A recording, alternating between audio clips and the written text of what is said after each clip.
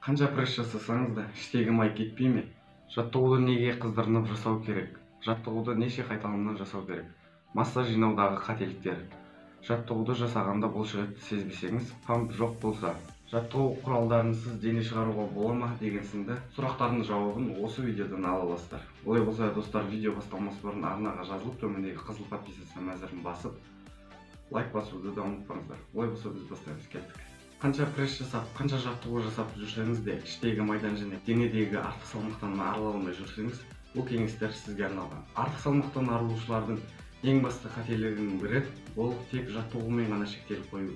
Артық салмақтан арылудағы 80% рөлді ол сіздің ас үйіңіз атқарады. Яғни ол сіздің тамақтану режиміңіз. Тек жаттығумен ғана шектеліп қоймай, тамақтануды да дұрыстау керек. Яғни құрамында көмірсулары мен майлары аз тағамдарды тұтынып, меніңше ақуызға бай тағамдармен тамақтанған жөн.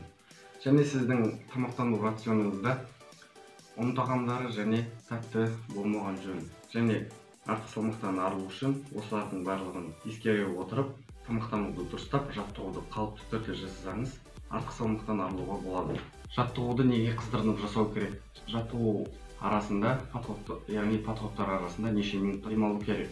Жаттығуды бастамас бұрын сіз алдымен 5-6 минут жүгіріп алып, әр буыныңызды бөлек-бөлек қыздырғаныңыз жөн. Себебі қыздырыну ол сіздің травма алу қаупін азайтады. Және қыздырынған кезде бұлшықетке қарағанда буындарды қыздырған жөн. Себебі буын бұлшықетке қарағанда травма алу қаупі жоғарырақ. Сондықтан бұлшықетті емес, буындарды көбірек қыздырған жөн. Және де қай бұлшықетке жаттығу жасайсыз? Мысалға, кеуде болса, кеудеге қатысты иықты және шынтақты қыздырамыз. Одан кейін жаттығулар арасында, яғни подходтар арасында неше минуттан демалу керек деген сұрақ. Бұл сұрақтың жауабы ол 1 минут демалған жете ма, 2 минут демалған жете ма деп емес, бұл демалыс уақыты әркімнің жүрек қағысына байланысты. Яғни сіз жаттығуды аяқтап, демалыс уақытында жүрек қағысын бақылайсыз, ұстап көресіз. Яғни жүрек қағысы ентігіп тұрып, қалыпты жағдайға келсе, қалыпты қағысына келсе, ары қарай жаттығуды жалғастыра беруге болады. Және демалыс уақытында бір жұтым су ішу керек. Ол сіздің шаршап қалу қаупін азайтады және бұлшықеттеріңізді демалдырып отырады. Жаттығуды неше қайталымдан жасау керек? Жаттығуды жасағанда әр подходқа, яғни 5 подходқа бөліп жасаған дұрыс.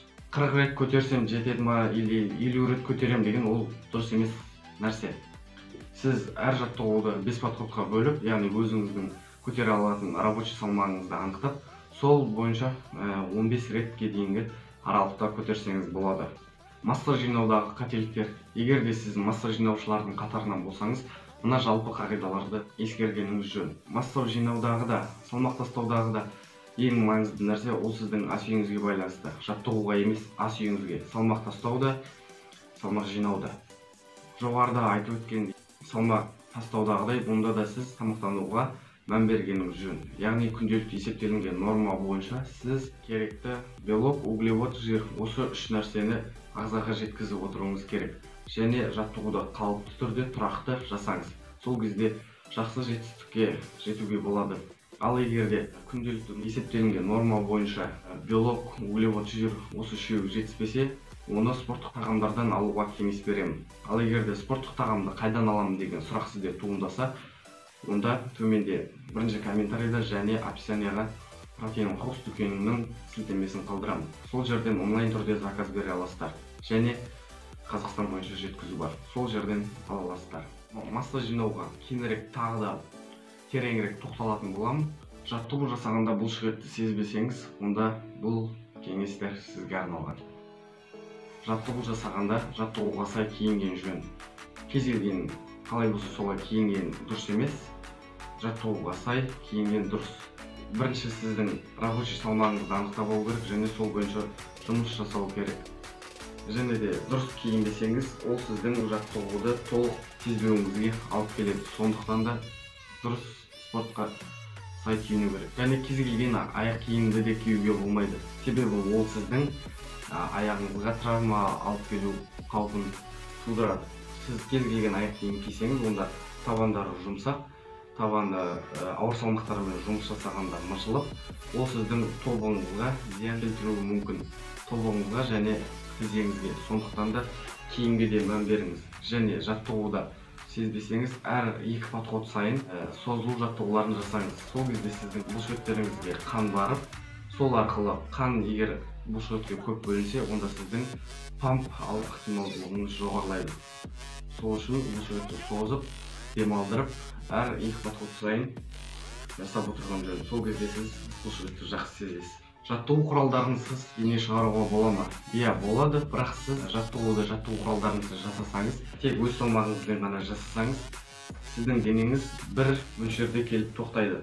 Яғни өсуін тоқтатады. Сондықтан да жаттығу жасағанда жасай келе, кейініректе қосымша салмақпен жаттығыңыз, немесе ең қарапайым деген гантель, штанга және мынау тұрған тренажерді жасап алыңыз. Олар сізге жақсы жетістікке жетуге көмектеседі. Ал егер де гантель, штанга және тренажерларды қалай жасаймын деген видео керек болса, оны да төбеде подсказкаға қалдырам, және де описаниеда болады. Сол жерден көрсеңіздер болады. Достар, осымен менің видеом өз соңына жетті. Егер де видео ұнаса, лайк басып, комментарий жазып, достарыңызбен бөлісіңіздер. Бүгін мен сіздерге өзімнің басымнан өткерген опытыммен бөлістім, өзім қалай жасадым, соны айттым. Олай болса достар, келесі видеода кездескенше аман сау болыңыздар.